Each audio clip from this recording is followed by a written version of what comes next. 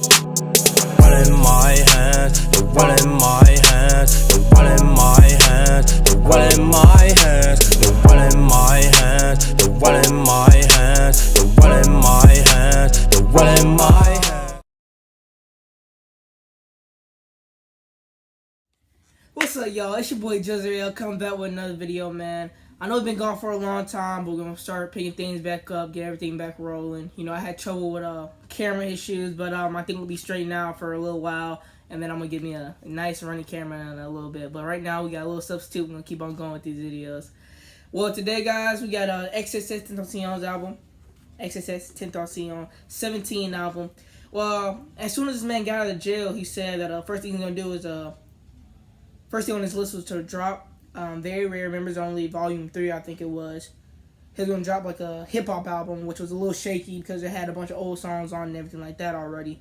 But then he said he was going to drop an R&B album.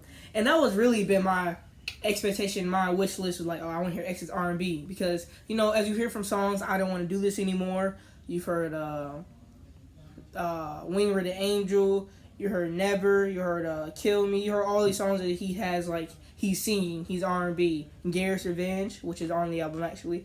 But, yeah, since he's done all that, I was like, you know, he's really good singer. He's really versatile. That's why everybody likes him. You know, he can switch it up from yelling, from people saying he sounded like Uzi on Look at Me, and he can go to singing, and he's actually a pretty good singer. But, yeah, so he dropped 17. Here's the album cover right here of the 17 track. It was a Depression album that he had. He dropped it at 12 a.m. August 25th. August 25th it was. And I really stayed up the whole night just listening to the album, and it was really good. I bought the album on iTunes, everything like that. So let's get to the track list, and let's go through song by song and give a good rating or a good grade to this album, and tell you my expectations and my opinion how it sounded. So the first thing on there was the explanation. You know, the explanation of the song of the album. He had that we're going through his mind during this whole process. You know, please proceed with caution. We're going through his mind, and please respect his feelings. And, you know, I respected that. And so after that, we went into Jocelyn Flores. And Jocelyn Flores, if you don't know the backstory, it was a model or something like that, or a friend of X, basically, a girlfriend, a friend of X that came down to visit him in Florida a couple times, and she ended up committing suicide. And to me, that is one of the best songs on the album. If you listen to it itself, you heard elite versions, which sound nothing like the actual song. The actual official song. He spits bars on that. He has a good hook. He has everything on that. And that's one of my favorite songs on there. After that, we go to the next part. We go to the next song on the album, which is, we go to Depression and Obsession. You know, that's a pretty good one too on the album. I like that. I enjoy that well. It's not one of my favorites, but it's alright. After that, we go to Everybody Dies in the Night, Everybody Dies in Their Nightmares, and I promise you that's probably contender for the best song on the album. You need to listen to Everybody Dies in Nightmares or Jocelyn Flores on that. And that's one of the best songs, probably the two best songs on the album. We got one more that's really, really good that I enjoy. After that, we go to Revenge. Revenge is Garrett's Revenge. If you didn't know, it's the same as that thing. It's pretty good, you know. It's one of those ugly guy put water on the booty tape. That same thing in this song, basically. But it's a really good song. It's a good, nice song. You know what I'm saying? It's a hard hitting, and he has good vocals, so it's a decent song on there. Save Me. It's not a hard hitting song.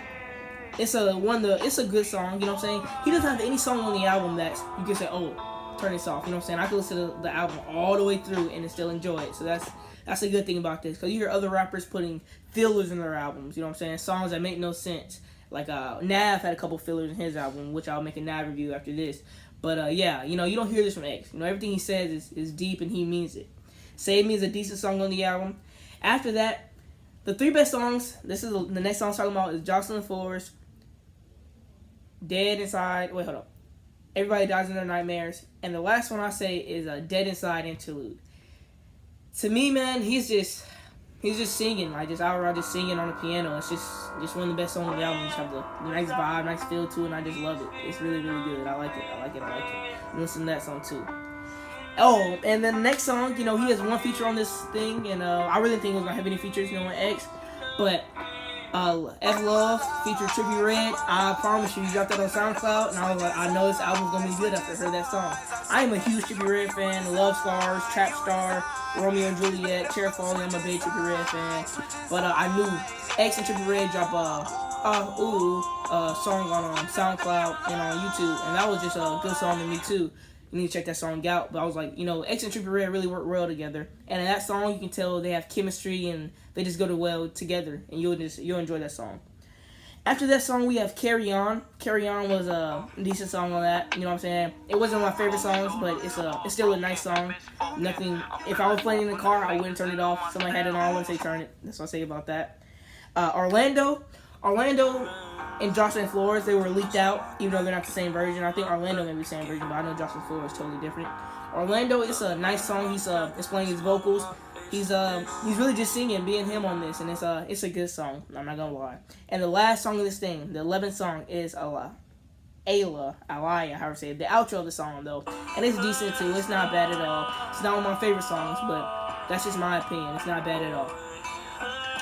Now after the end of that, I feel like this album was it really exceeded my expectations. Not even gonna lie, it exceeded my expectations. It was great to me, and he really displayed his emotion. He went deep into thought, and I really don't know what he's thinking or what's in his mind when he's making this stuff. I don't know how deep he went, but from what it seems, I feel like he went to the deepest he could have went. You know what I'm saying?